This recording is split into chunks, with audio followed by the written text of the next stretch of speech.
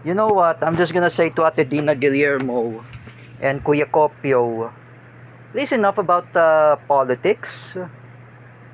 You do not know what you're talking about. You know, I've been talking with Dan Mardayaw and Roylan Marlang.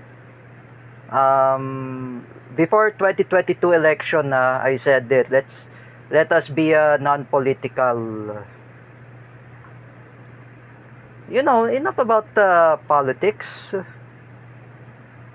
As I said,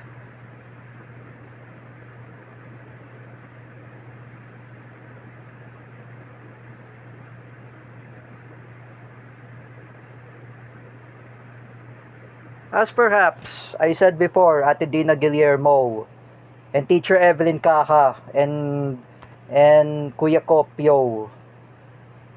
I know I was kicked out in CDIFI. I was kicked out by Teacher Evelyn. That I was brainwashed by Marcos loyalist. I know, I'm the one who bully other teachers. I know I was kicked out also. I label my old school as a abnormal special school. Oh, this is my fault that I did it to Ate Mel. I did it to Teacher May Tiburcio. Oh, I apologize to Ate Mel Canete. I know Ate Mel Canete is an anti-Marcos. You know, this is what I'm gonna say, Kuya Kopio and Ate Dina Guillermo. Enough about politics. Perhaps you do not know what you're talking about, all of you.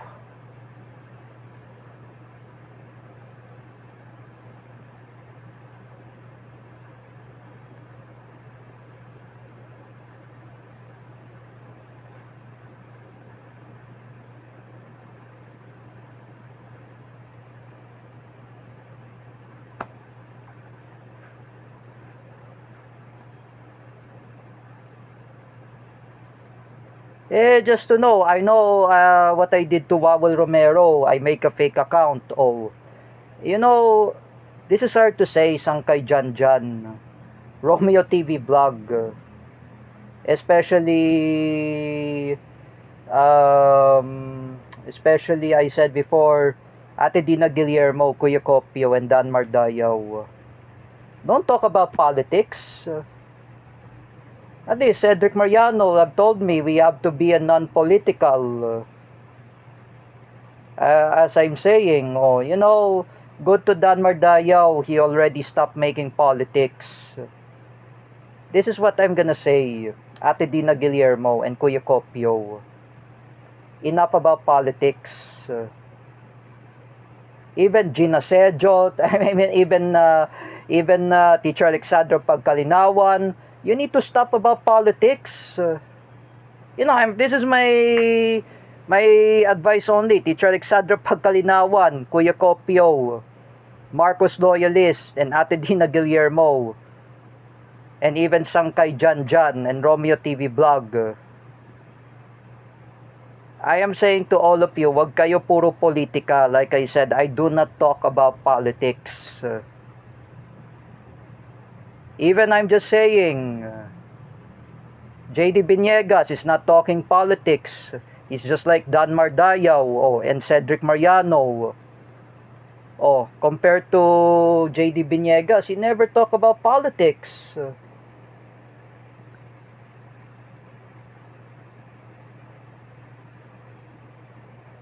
Yeah, I know this is very hard to say to those Marcos loyalists.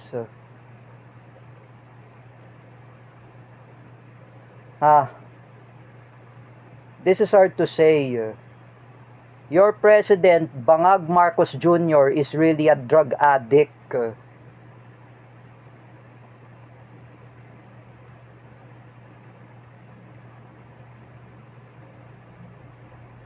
Just I'm saying, he's a drug addict.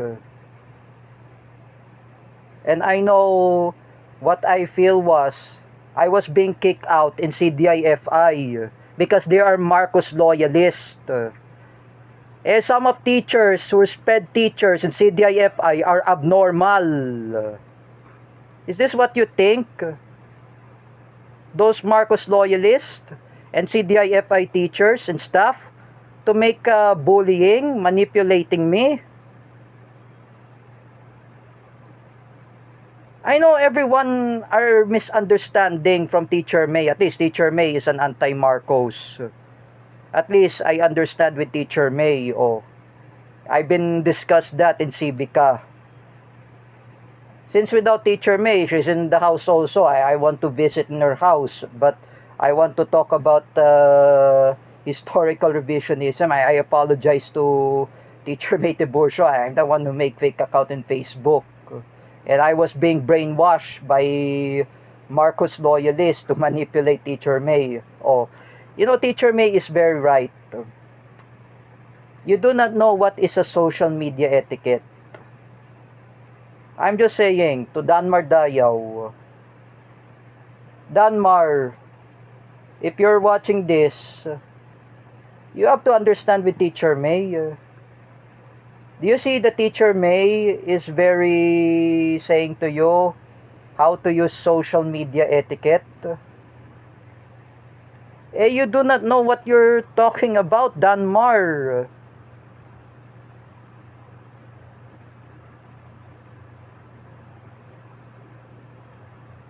Just I'm saying, you know, Danmar Dayaw, Ate Dina Guillermo, Teacher Alexandra Pagkalinawan, Kuya Kopio, listen to Teacher May. Teacher May knows everything in Civica. Would I ever repeat it to Teacher May Tiburcio about Civica and also current events? Oh, would I ever repeated those words in 2015? I was alongside with Jens Manaid. You know, I've been kicked out in CDIFI. I was kicked out because this pathetic teacher Evelyn Kaka always putting me disciplinary actions. You know, Teacher Evelyn Kaka, if you're a Marcos loyalist, you will reflect yourself. You know, you're a principal. You will reflect yourself. You know, this is for you, Danmar Dayaw and Teacher Evelyn Kaka. There is reflection. You do not know what I'm talking about. You do not know what I'm saying. There is reflection. Oh.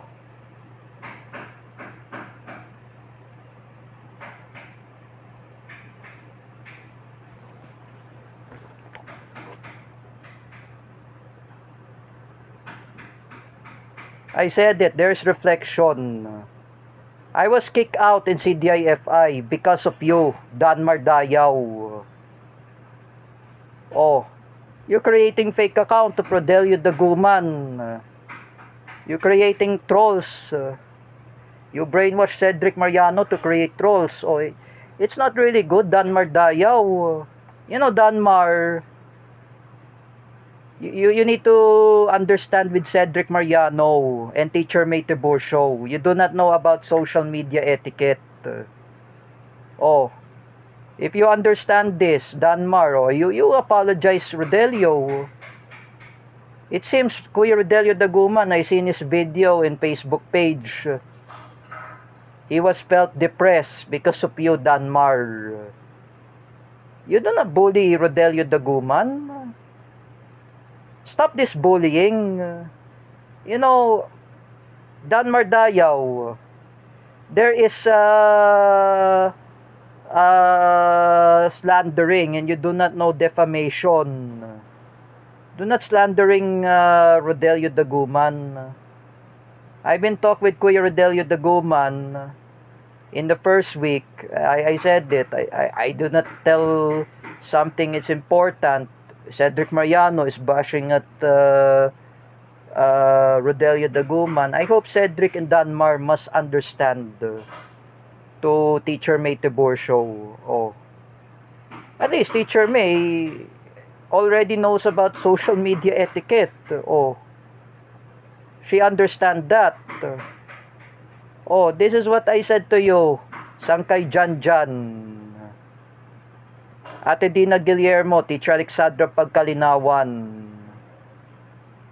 And Romeo TV Vlog. And other Marcos loyalists who were BBM vloggers.